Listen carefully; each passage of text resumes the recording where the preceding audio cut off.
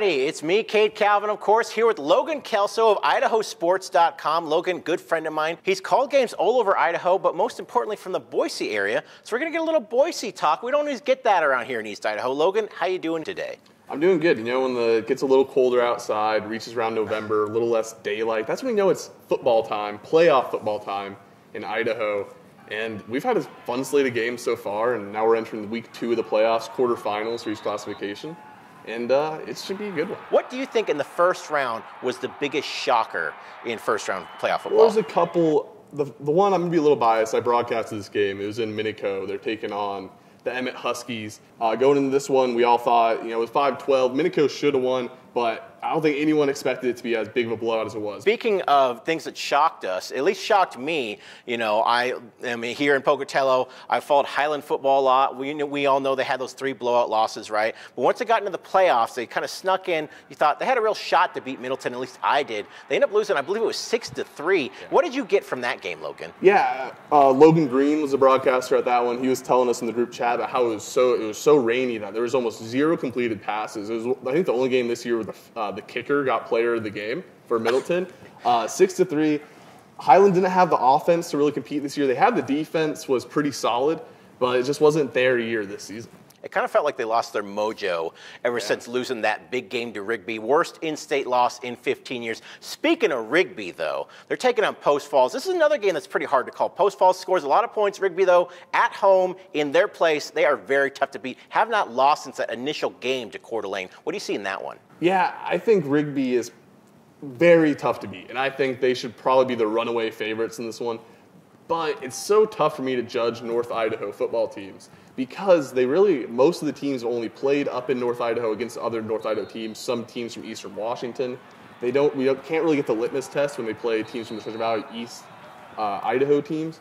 We had one this year, Rigby over Coeur d'Alene, beat Rigby, and that was really the only test we've had, and Rigby fell to Coeur d'Alene beat Post Falls. It's pretty interesting, but I think Rigby at home, a 9-hour drive from Post Falls to Rigby, I think that'll be a little too much for the Trojans to handle. A lot of good teams in 3A, too, which is a conference I'm a big fan of. I think it might be the most competitive conference in football this year. You've got, just looking at the list here, you got Declo, you got Firth, you got Aberdeen, you got Westside, you got Ryrie, which is a team that it's hard not to root for, right? A lot of these teams you could see moving on there. Who do you like out of 3A, maybe coming out of the whole thing here? Let's just skip ahead a little bit here. Can you pick a team at all that separates from the pack like that? I know, me personally, I think Declo's defense maybe separates them, but I could see any of those teams making it. Yeah, I think you're pretty correct on Declo, but I liked a lot what I saw at Aberdeen last week. They were able to control the ball on the ground very well. Their defense is very strong. They don't really let anyone get horizontal movement on them. You have to almost run up the middle against Aberdeen or beat them through the air, and that's a very tough thing to do in 3A, to beat a team through the air, as the quarterbacks are more mobile quarterbacks, and the 3A teams run more of a ground game. And I like Aberdeen to maybe come out of that one. Let's talk a little bit about 1A football, the 8-man football. Do you think Rockland has a chance to take down one-loss Tri-Valley? It's in the ICCU Dome. It's Friday night. Yeah, I think the fans are going to be wild, right? I'm excited for that one. What do you think about Rockland? I love Rockland. Watching that team all season, they battled through injuries very early on and just continued to play their style of football. Their coach is a community guy. The whole community shows out to every game. I don't think it'll be any different with the ICCU Dome. Tri-Valley, very interesting. They're coming out of Cambridge, Idaho, kind of by Midvale area. That team, very strong, 1 loss. But having to travel all the way to Pocatello ICCU Dome is kind of almost an advantage for Rockland. It takes away the home field for Tri-Valley.